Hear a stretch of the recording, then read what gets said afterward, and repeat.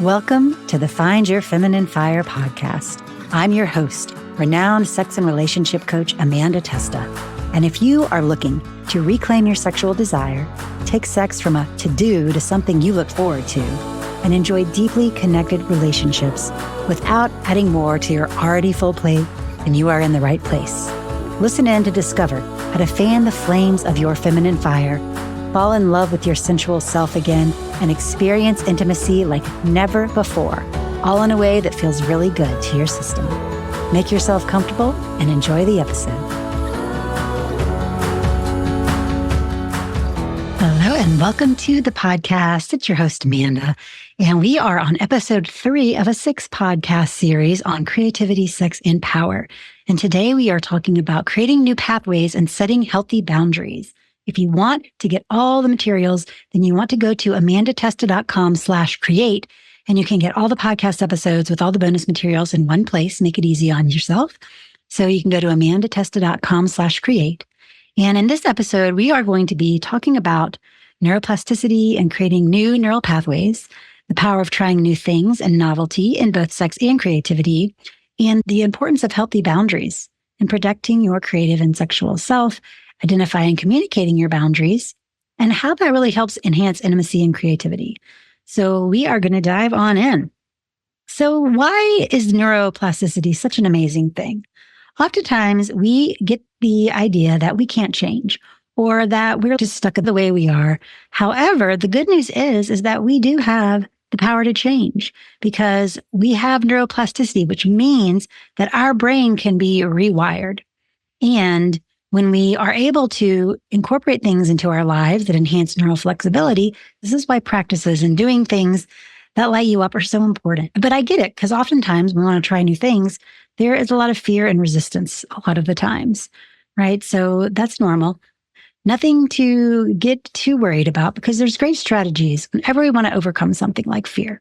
When it comes to making these steps to be more creative or finding new novel experiences, as I mentioned before, novelty really triggers the release of dopamine in the brain. So that enhances neuroplasticity because when new experiences require the brain to form new connections between neurons to process and store the information. So repeated engagement with novel experiences strengthens these new pathways, making them more permanent. This process of forming and strengthening these new pathways is the essence of learning and personal growth. And I like to think of it like if you're going down a muddy dirt road and it's been really dry for a long time and there'll be these really thick ruts. And if you're trying to go outside of the rut, you're going to have to go back and forth a bunch of times to kind of make a new pathway, but you can eventually make the new pathway, right? And when it comes to exploring new things or creating novelty, either with sexual exploration or creativity, they both involve stepping out of the comfort zone, embracing the unknown, and that activates similar brain regions, those associated with pleasure, reward, and novelty seeking. And they require presence, right? When we're doing something new, when we're exploring, we have a curiosity, we have a presence, a mindfulness, an embodied awareness when we go into something new. And when we are exploring new things, sexual exploration can unlock creativity because it can release tension, it can promote relaxation. Creativity can also enhance sexual experiences by encouraging imagination and new forms of expression, right? Because they both involve play, experimentation, and a willingness to be vulnerable. And those are all fun things. Some examples I can share with you is I was working with a couple and they were just really struggling to connect. One of them traveled a lot for work. They had small children. And like many with small children, their relationship, specifically their sex life, got put on the back burner. And so through our work together, they were able to learn some neo-tantric practices and really discovered a deeper emotional connection, which helped them to communicate better in all areas of their relationship and really prioritize their alone time once again. And I think, too, it let off a lot of the pressure around their sex life as well, because especially if someone's traveling, they have short times together, there's a lot of pressure that everything has to be perfect and we have to have sex during this time. And that's not always realistic, right? So they were able to find deeper ways to connect and other ways to connect so that they could still feel very intimately connected and enjoy their relationship. Another idea that I think is really fun when it comes to trying new things is just making lists. I love a good list, a good desire list in all forms, but maybe there's certain things that you've been wanting to try. You can make a list of those. Maybe there are certain things creatively you've been wanting to do, and you can make a list of those things, right? For example, my husband and I, a few years ago, we took an improv class. And I was amazed at how it's so much like relationships. Because when we would first come into the class, they would have us do an eye gazing practice with the different members of the team, because the key to good improv is really feeling into each other and playing off of one another and making each other look really good. That's the intention behind it. There's this yes and type of energy going on, right? You want to take what someone's giving you and work with it and make the other person look good versus starting another thread or making them look bad, right? The whole thing about improv is connecting and building upon what's already there. And also just being present with what's happening around you so you can take what's given and maintain the thread of the scripts or the act, so to speak, right? Another thing that you do in improv, which is kind of fun, it's called flocking. So basically what that means is you're responding to what this other person is doing and you're doing the same thing. So it's kind of like mirroring someone else. It's a practice that often we would do. And when you mirror someone else, we have mirror neurons. So again, it kind of creates a connection. When you do that over time, that person feels more connected to you and opens up more, right? So if you notice that there's disconnection happening with you and your partner, you can just try to mirror what they're doing and maybe do the same kind of body movements or whatever it is, mirror what they're doing and just notice what might happen. It's kind of fun. And taking these skills that you learn when you are doing creative pursuits definitely translates. This is like creativity, sex connection, that energy, that aliveness, it's fueled. And when you do one thing, it often fuels the other. Another example is when you're doing a lot of the times when we're working with our bodies, we're kind of learning to speak the language of our body, which means learning sensations and different types of sensations and what that feels like to experience a sensation. Also exploring your body with different sensations. And when you can kind of experiment with that, it increases your overall bodily awareness and presence, which also can aid in stress reduction and emotional regulation. And also, this is really important because when we can start to learn to listen to our bodies and the language of our bodies, we can more easily respond to what we need. This is where boundaries comes into play. Boundaries are so huge. And I'm going to shift gears a little bit and talk a little bit more about the power of boundaries. Last week, we talked a lot about what does it really take to get what you want? Well, first of all, you have to feel worthy of what you want and really kind of feeding that sense of worthiness within yourselves. And once we start that worthiness growing and we start really connecting to our needs and desires, then we need to have a healthy gate around it, right? There's this archetype of the gatekeeper where we can kind of protect this growing worthiness, this growing receptivity, this growing ability to ask for what we want and receive what we want.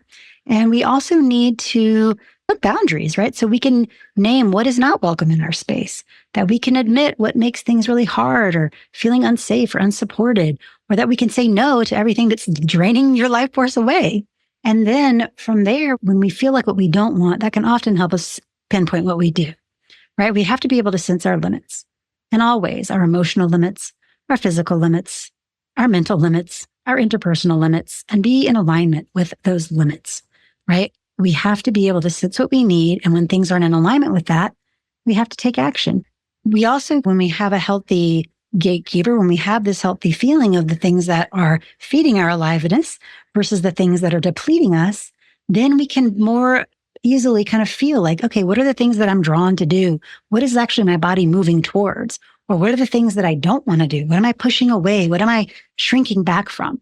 And we can also feel that in our bodies. I'm sure there's been an experience that you can connect to where you wanted to move towards something or where you're like, nope, that's not for me. I'm going to like push away from that, right?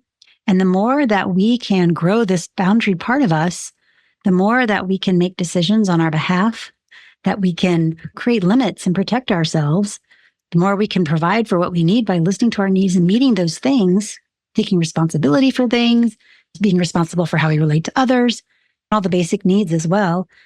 It also can help us really determine like, what is my stuff and what is someone else's stuff, right? And it's not like you're going to have these brick walls around you, right? These can be semi-permeable so that you can allow the healthy things in and you can give healthiness out, but you can keep the healthy things out from your own space. Another thing here, I love Terry Real talks about this, talks about boundaries like an orange, and there's two sides to a boundary, right? The first side is that external boundary where you are keeping out the things that you don't want. You're not letting those things in.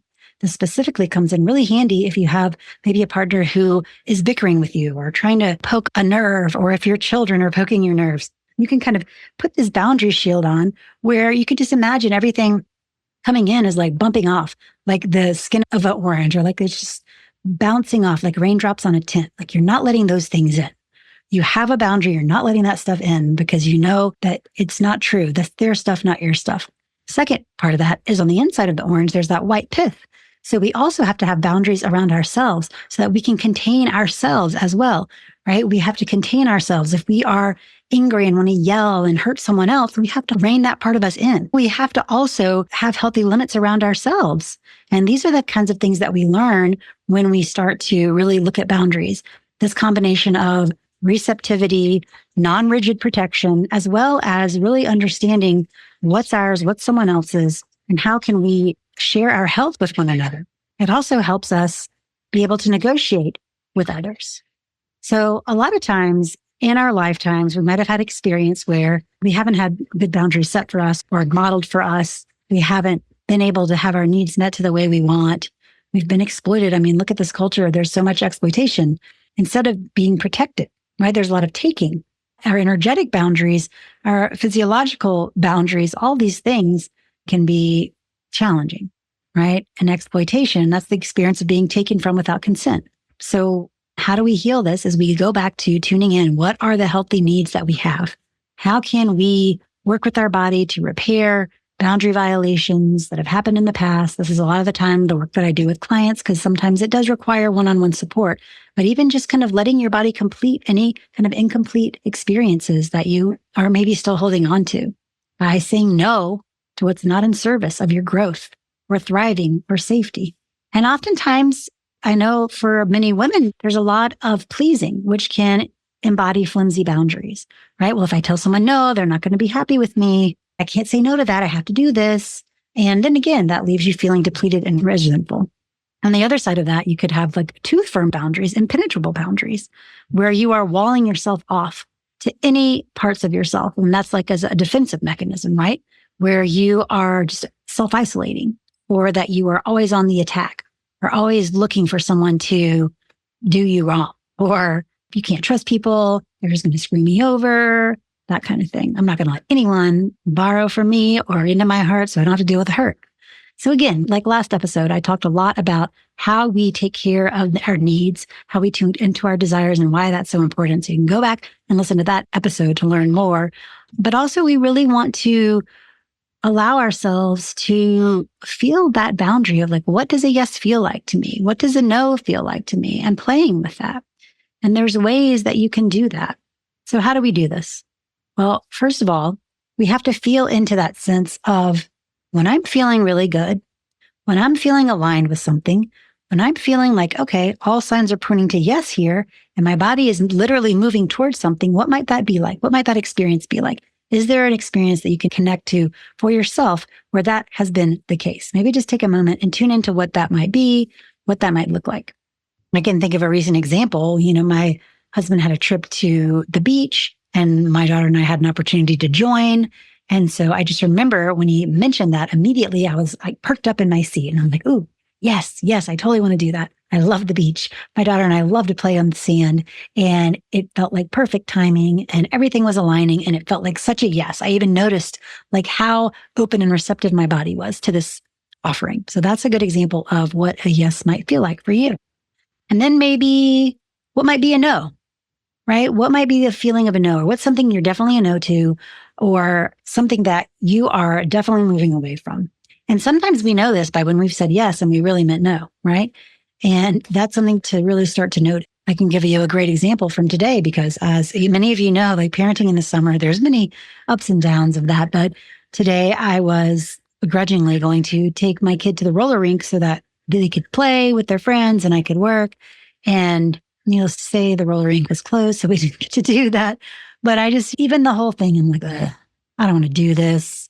I'm like grouchy about it. I noticed myself like slouching around. This was outside of her noticing, right? Because I'm going to put on a good show so she can have a good day.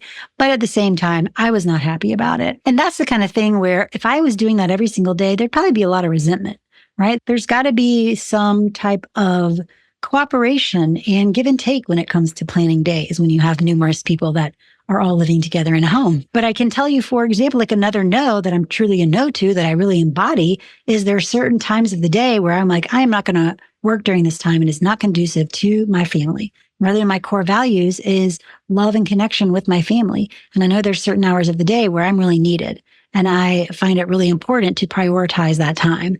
So I really make it a point to say no to seeing clients during that time or to teaching a class, whatever it is. I really guard that time. And I notice when I'm saying no to it, it feels from a very empowered place because I know my why behind it. And I really guard that time. So maybe you could feel into that too. Like, what's a no? And what does it feel like when you're saying no, like pushing away or just moving back? What does that feel like to you when you are saying no to something? So I want to share a great little practice around this little affirmation that I find really powerful when it comes to boundaries. Because when we have this healthy ability to decide what comes in and what stays out, that we can really feel a difference in our body and being. So I'm going to walk you through this and I'm going to invite you as I do this. Maybe you want to visualize like there is a ring around you that's going to symbolize your boundary, right? So maybe how close or how far away you want it to be, maybe what it's made out of. Maybe it's like an iridescent bubble, or maybe it's however you want it to be, right? But you just want to make sure you can see out of it and that it can be very protective, yet also permeable. And if you're in a place where you can do so, I would invite you to stand up. And if not, that's okay. You can still do what you're doing. Please be careful if you're driving. And as you feel this boundary around you, maybe just noticing how it feels to be in this space, maybe like walk around it, or just feel yourself moving freely in this place that's just yours. And maybe even noticing how it might feel to just kind of like you're painting the boundary with your hands. So or you can visualize like maybe there's a gold paint like dripping around this boundary, this bubble. So it's totally coated and protected and you're fully in here. Again, that you are in charge of this space. You are very sovereign in this experience. And just noticing how it feels to stand in this space and just let these words land on you. I get to decide what comes in and what stays out. I get to decide what I say yes to. I get to decide what I say no to. I keep my space healthy and happy. I keep my space healthy and happy. I nourish myself. I feed myself what I need to thrive. This again goes back to honoring your needs and desires. I feed myself what I need to thrive. I say yes. What are you saying yes to? And maybe alternatively, what do you say no to? What do you want to keep out of your space? What are you pushing out of your space? What are all the things you're saying no that you don't want in this space? Maybe just noticing how you feel now. Boundaries are so important. This is one of my favorite things to work with clients on because I feel like there is so much here. And often usually there's a lot that comes up for so many around this because this is not something that is always easy. But there's such an amazing transformation that happens when you are able to set healthy boundaries for yourself and really realizing that boundaries are nourishing, right? You can think of it as like a healthy garden. You are tending to a healthy garden. If you have little baby shoots coming up, you don't want the deer and the bunnies to come and eat all the little baby sprouts, right? So this is a nurturing thing, remembering that this is nurturing, not restrictive. And when we can have clear boundaries, that enhances our intimacy and creative flow because we're really protecting what's important to us. And this could be an area, even as you go through your next week, maybe just identify what areas of your life might you need to have stronger boundaries. Where might be an area you might want to say no to that feels hard? And maybe what are some ideas that you can think of that you could set your boundaries in a loving way? Maybe can you carve out some time just to explore something new? Maybe that's sexual, maybe that's creatively, but just setting aside that time, like how would it look? Could you create a little space and maybe put some boundaries around some time for you to explore? So as you kind of let this episode land, curious what has landed for you, what you are excited to try, maybe what you have challenges around, let me know. You can always find me on Instagram at abtesta and send me a message, as well as make sure you go to amandatesta.com/create and download all the materials for this podcast. There's going to be bonus materials for each episode, and you can get those there, as well as everything in one easy to find location. So thank you so much again for listening, and we will look forward to seeing you next week. Next week's going to be another good one, all about letting go of shame, how to trust yourself more, and how to let yourself really truly express your authentic creativity and sexual self. So tune on in for next week. That will be coming up shortly, and we will see you next time. Thank you for listening to the Find Your Feminine Fire podcast. If you loved this episode, please go ahead and forward it right now to someone you know would love it. And if you've not had a chance yet to leave us a rave review on Apple Podcasts, please make sure to rate and review if you enjoyed it, as well as make sure to subscribe so you never miss an episode. If you want to stay connected, make sure to go to amandatesta.com/thegoods to download your free sensuality activation and stay connected. Thanks for listening, and we'll see you next week.